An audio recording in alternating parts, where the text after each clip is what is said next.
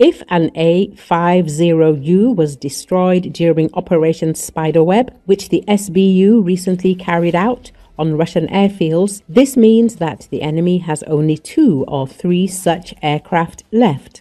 Aviation expert Konstantin Krivolap told Ukrainian radio about this.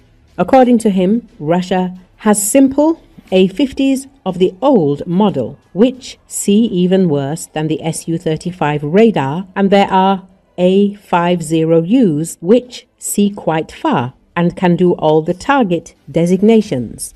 It was with the help of these systems, the expert says, that the first launches of Kinzhals on our territory took place. In total, 7 A-50U units were modernized. We shot down 2 in the Krasnodar territory over the Sea of Azov in January to February last year. Another was significantly damaged at the Mashulishchi airfield in Belarus back in 2022.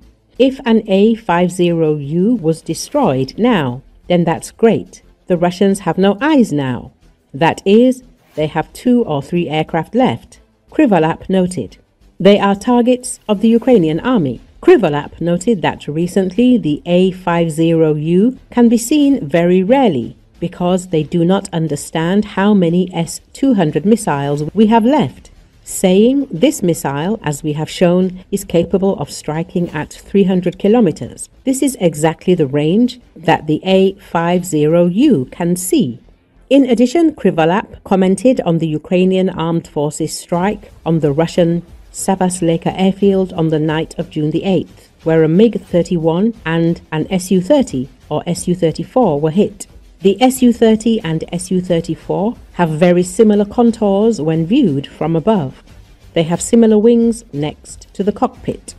The Su-34 is a bomber that the Russians use to carry cabs, and the Su-30 is a fighter that goes out to escort these aircraft, he noted.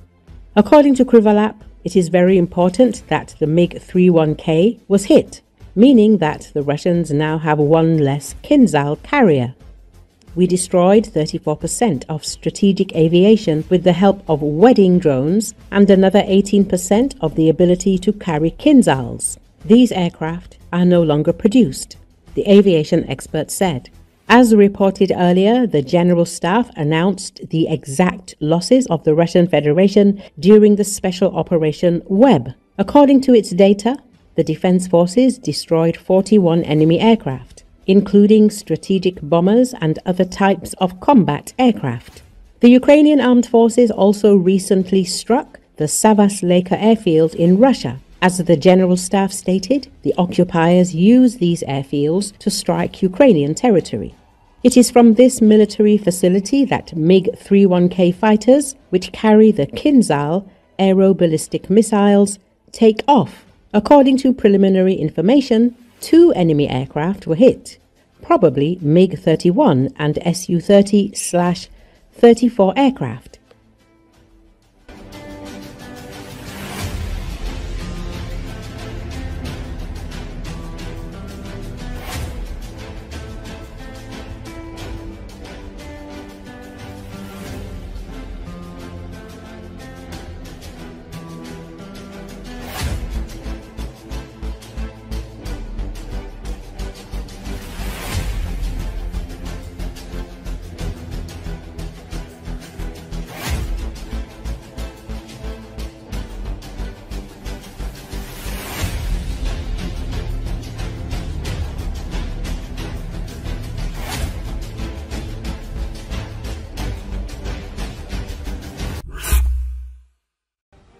The Ukrainian armed forces using sea drones defeated Russian special forces that were attempting to land on one of the gas production rigs in the Black Sea.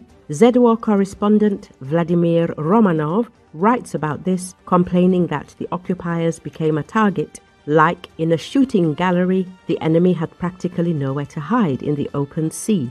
As soon as our specialists land on the tower, and they land specialists whose qualifications are unique, the enemy immediately begins to destroy them, like in a shooting gallery. the propagandist reports. He posted footage of a Ukrainian surface drone with 4 FPV drones on board heading to attack the tower. The ZWAR correspondent added that large caliber machine guns were also used to attack the Russian special forces. It is worth noting that the towers located in the Black Sea are used for reconnaissance and logistics in various operations. In particular, they are used to install signal repeaters for drones. Thus, control over these platforms is of paramount importance in the current war. As reported, Ukrainian defenders have previously repeatedly attacked gas rigs in the Black Sea used by Russian troops. Recently, a gas production platform in the Black Sea near temporarily occupied Crimea is reportedly on fire. The facility had been used by Russian forces for military purposes. The Crimean Wind Monitoring Group reported that a naval engagement occurred in the area overnight. However, details regarding the forces and assets involved remain unknown. A fire marker appeared on one of the platforms in the Kharkiv Bay in the Black Sea near temporarily occupied Crimea. Russia has been using gas production platforms in the Black Sea for military purposes. These platforms are used to deploy troops, install smaller radar systems for monitoring air and surface activity, signal relays for drones, and reconnaissance equipment to track the movements of Ukrainian forces. It is worth noting that a previous strike on Russian-occupied gas platforms took place on May the 19th. During that operation, the Neva radar storage facilities and a residential unit were destroyed. The Security Service of Ukraine carried out a successful special operation during which targets on the captured gas drilling platforms in the Black Sea were struck. The operation, carried out by the 13th Main Directorate of the Military Counterintelligence Department of the Security Service of Ukraine, was conducted using both naval and aerial drones. First, a drone was used to strike enemy targets, having successfully destroyed the Neva radar, which was used by Russian forces to monitor the air and surface situation. The radar operates in the Ka band and can function both autonomously and in conjunction with other sensors at the observation point. The antenna is 2.5 meters long. There are 2 variants, Neva B without backup radar units and Neva B2M with them. The radar's instrumental detection range is 45 kilometers. In addition, storage facilities and a living block on the platform were destroyed.